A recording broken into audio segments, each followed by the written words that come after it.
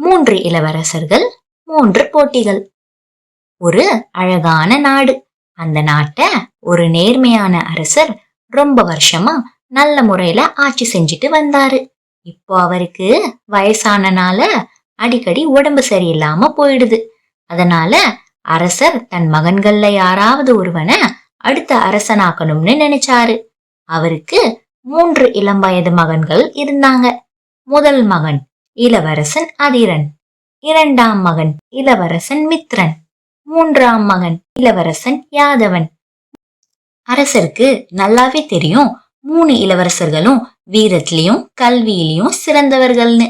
ஆனா அரசர் மனசுல ஒரு கேள்வி இருந்துச்சு, அவருடைய 3 மகன்களும் நேர்மையானவர்களான்னு.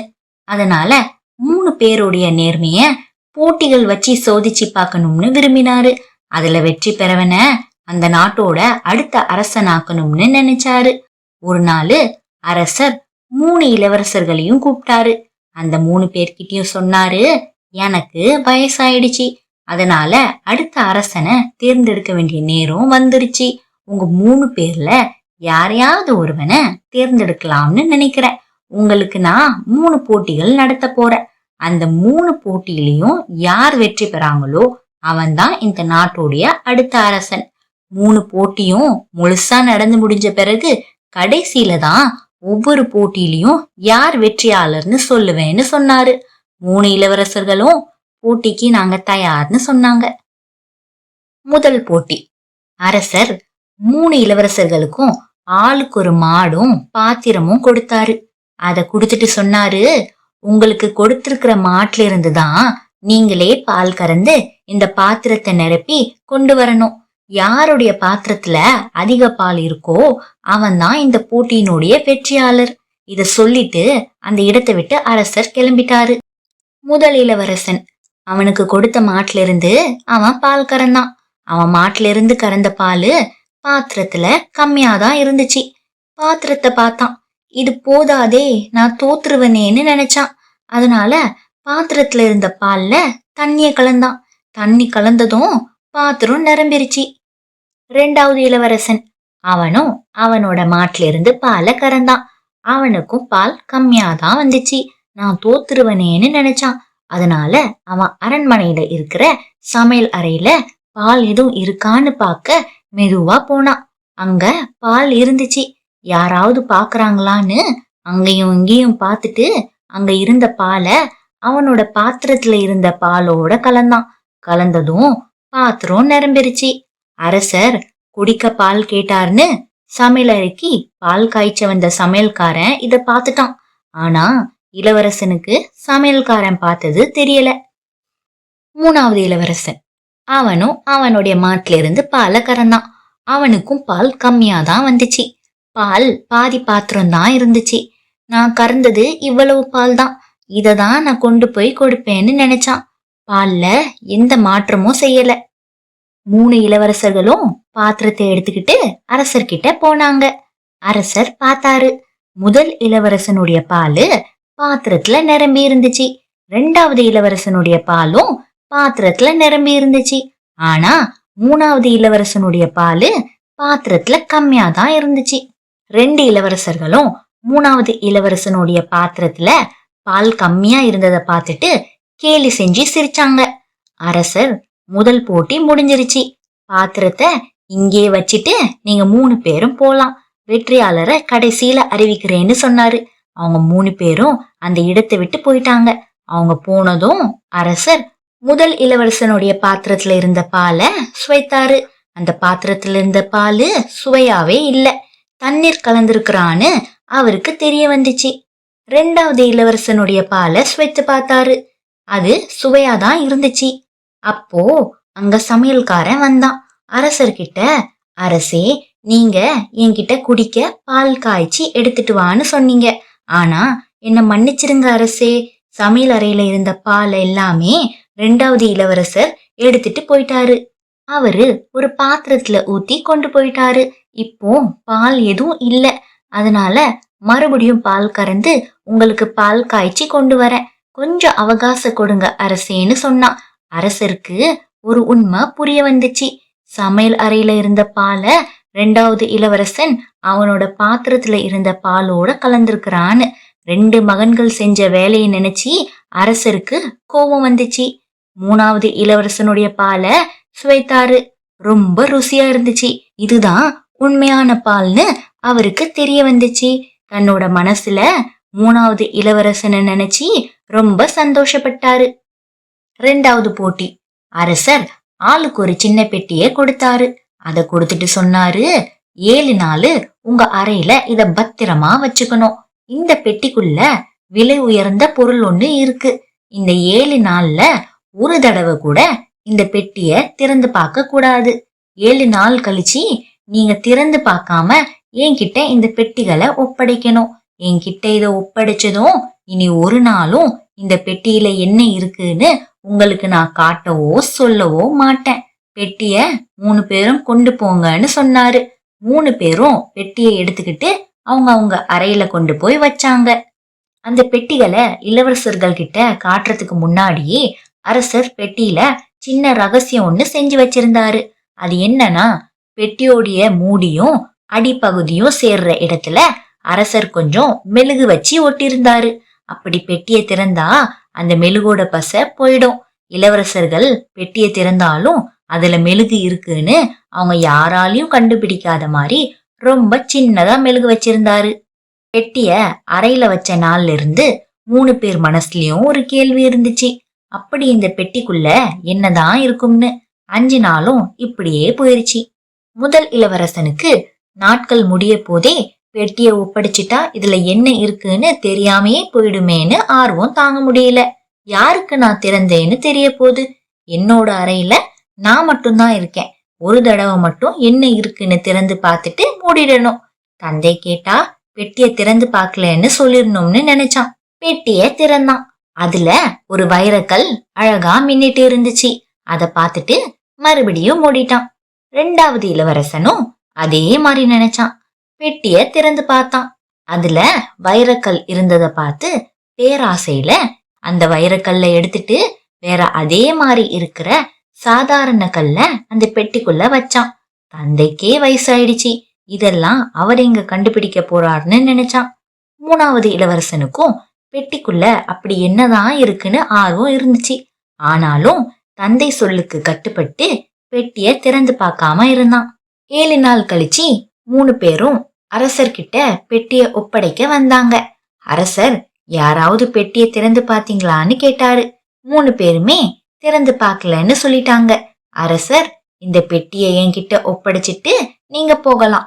2வது போட்டி முடிஞ்சிருச்சுன்னு சொன்னாரு.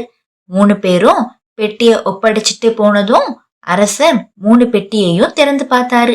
முதல் இளவரசன் பெட்டியில மெழுகு பசை போயிருந்துச்சு. அவன் பெட்டிய திறந்திருக்கிறான்னு அரசர் கண்டுபிடிச்சாரு. 2வது இளவரசன் பெட்டியிலையும் மெழுகு பசை போயிருந்துச்சு. அது மட்டும் இல்லாம பெட்டிக்குள்ள இருக்கிறது உண்மையான வைரக்கல் இல்ல, வைரக்கல்ல மாத்திருக்கிறான்னு பார்த்த உடனே கண்டுபிடிச்சிட்டாரு. அவருக்கு அதை பார்த்ததும் ரொம்ப கோபம் வந்துச்சு. 3வது இளவரசன் பெட்டிய திறக்கும் போது மெழுகு பசை அப்படியே ஒட்டிட்டு இருந்துச்சு. அவன் திறக்கலன்னு ரொம்ப சந்தோஷப்பட்டாரு. 3வது போட்டி. அரசர் 3 இளவரசர்களுக்கும் மூட்டை நிறைய தங்க காசுகளை கொடுத்தாரு.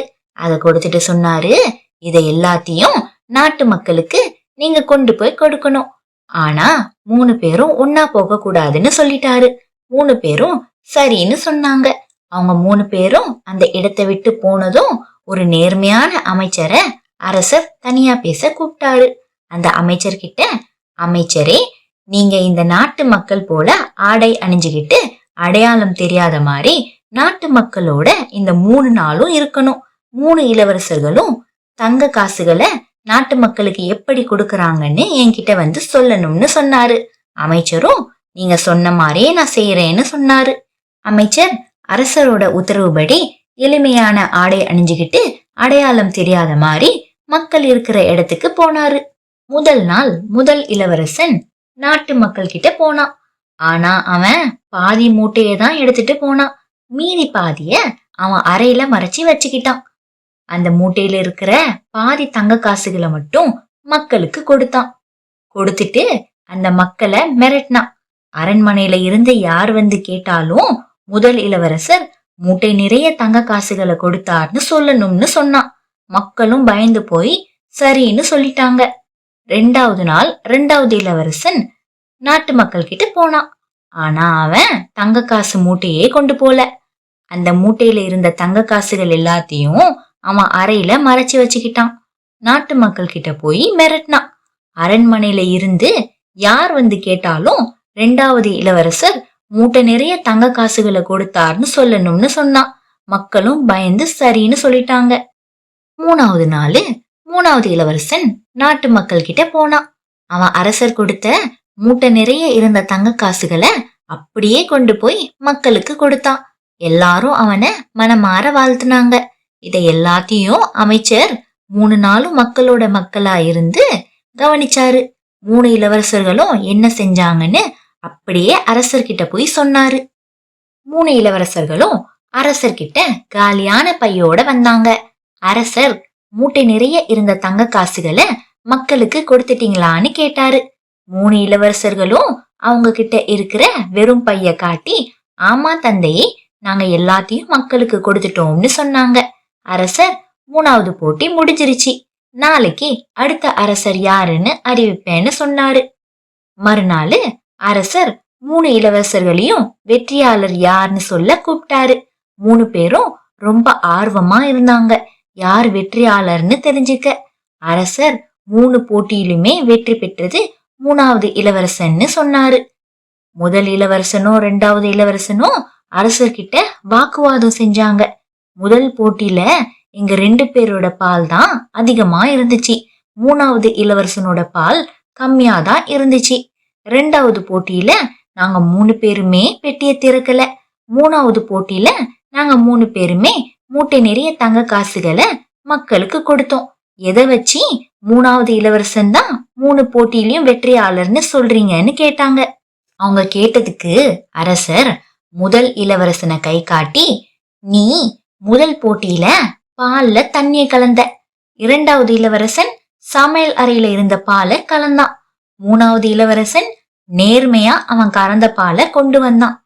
2வது போட்டியில நீங்க 2 பேருமே பெட்டிய திறந்திருக்கீங்க. 3வது இளவரசன் திறக்கவே இல்ல. நான் ஒரு சின்ன மெழுகு பெட்டியில வச்சிருந்தேன். நீங்க திறந்து பார்த்ததால உங்க 2 பேர் பெட்டியிலயும் மெழுகு பசை போயிருந்துச்சு. ஆனா 3வது இளவரசன் பெட்டிய திறக்காதனால மெழுகு பசை அப்படியே ஒட்டிட்டு இருந்துச்சு.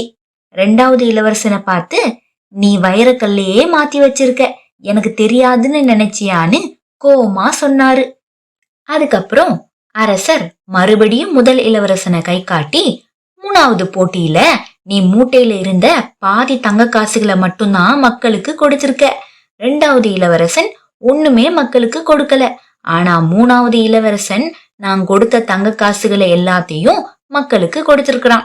நான் ஒரு அமைச்சரை மக்களோட மக்களா என்ன நடக்குதுன்னு தெரிஞ்சுக்க அனுப்புனேன். அவர் தான் இந்த தகவலை சொன்னாரு. நீங்க 2 பேரும் மக்களை மிரட்டினதையும் சொன்னாரு. நான் உங்களுக்கு நடத்தின 3 போட்டியும் உங்க நேர்மைய சோதிக்கத்தான். 3வது இளவரசன் தான் 3 போட்டியிலயும் நேர்மையாவும் உண்மையாவும் இருந்தான்னு சொன்னாரு. இதையெல்லாம் அரசர் சொல்லி முடிச்சதும் முதல் இளவரசனும் 2வது இளவரசனும் அவங்க செஞ்ச தப்ப நினைச்சு தலை குனிஞ்சி நின்னாங்க. அரசர்கிட்ட 2 பேரும் மன்னிப்பு கேட்டாங்க. அவங்க தப்ப உணர்ந்து நேர்மையா வாழ்வோம்னு சொன்னாங்க. மறுநாள் மக்கள் எல்லாரும் கூடியிருந்தாங்க. இந்த நாட்டுடைய அடுத்த அரசர் என்னுடைய 3வது இளவரசன் யாதவன்னு அரசர் அறிவிச்சாரு. மக்கள் எல்லாரும் கைதட்டி சந்தோஷப்பட்டாங்க. 3வது இளவரசர் யாதவன் வாழ்கன்னு மக்கள் எல்லாரும் ஒன்னா சொல்லி 3வது இளவரசனை வாழ்த்துனாங்க. இந்த கதையிலிருந்து நம்ம கத்துக்க வேண்டியது என்னன்னா, நேர்மையா இருந்தா வெற்றி நம்மள தேடி தானா வரும்.